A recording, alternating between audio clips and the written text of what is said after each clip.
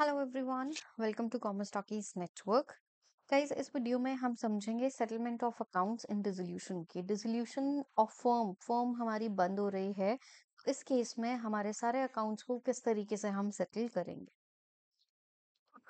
सबसे पहले पार्टनरशिप जब डिसॉल्व हो रही है तो पार्टनरशिप एक्ट 1932 के अंडर में सेक्शन 48 इस चीज के साथ डील करता है। ये सेक्शन आपको लर्न करना है, आपको याद रखना है, बिकॉज मल्टीपल चॉइस क्वेश्चन में आ जाता है। आप अगर क्लास 12th में हो तो आपके एग्जाम में आ सकता है, और सीयूईटी में भी इस टाइप से सेक्शन बेस्ड क्वेश्चंस पूछे जाता है। ठीक है। तो ये जो डिसोल्यूशन का प्रोसेस होगा, इसमें क्या इन्वॉल्व होगा? देखो, अगर फर्म लॉसेस में है, फर्म के जो कुछ पार्टनर्स की कैपिटल अगर डेफिशिएंसी में है, तो किस तरीके से ये लॉसेस को हम कवर अप करेंगे, यहाँ पे सबसे पहले वो पॉइंट है। तो आपके पास यहाँ पे फर्म के पास अगर एक्यूमुलेटेड प्रॉफिट्स पहले के हैं, उसमें से करंट ईयर के लॉसेस फर्म कवर अप करेगी। देन अगर प्रॉफिट्स नहीं है, कैपिटल में सरप्लस बैलेंस है, तो कैपिटल से ये लॉसेस कवर करेगी। और अगर कैपिटल में भी बैलेंस नहीं है, देन पार्टनर्स अपने प्रॉफिट शेयरिंग रेशियो में फर्म के लॉस को कवर अप करने के लिए अमाउंट इंट्रोड्यूस करेंगे। ये हमारा फर्स्ट, हम कहेंगे कि फर्स्ट प्रोसेस में आता है, किस तरीके से हमें लॉसेस को और कैपिटल डेफिशिएंसी को बियर करना है।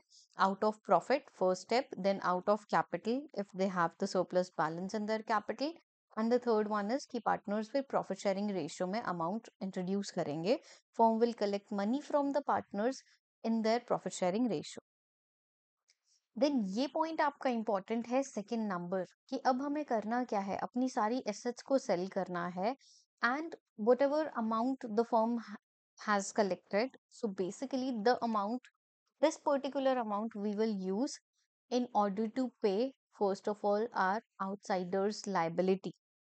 तो फर्म सबसे पहले आउटसाइडर लाइबिलिटी की पेमेंट करेगी। अब देखो, आउटसाइड लाइबिलिटीज में क्या क्या आता है।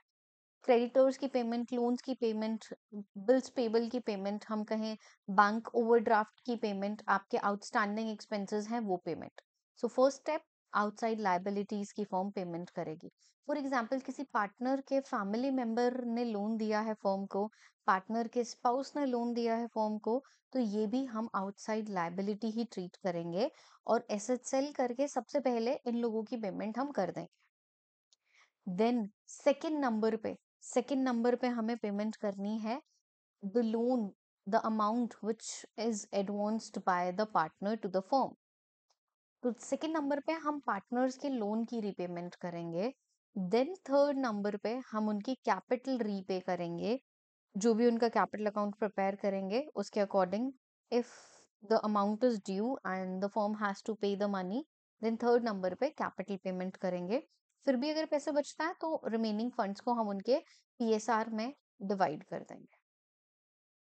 ठीक है, इस तरीके से हमें करना है। तो क्या क्या हिरार्की मैंने बताई, ये इंपॉर्टेंट रहेगा आपके एग्जाम में, क्वेश्चंस इसमें से आते हैं। सबसे पहले फर्म अपनी आउटसाइडर लाइबिलिटीज को रीपे करेगी।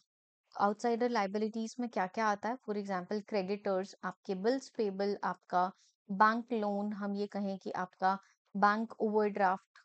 ठीक है। या हम बात करें पार्टनर के स्पाउस का लोन, या हम बात करें पार्टनर के फैमिली मेंबर का लोन, पार्टनर के फ्रेंड का लोन, तो ये इस टाइप से आउटसाइडर लाइबिलिटीज में हम इनको कंसिडर करेंगे।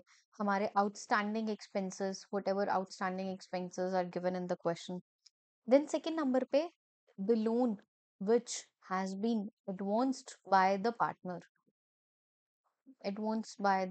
to the firm।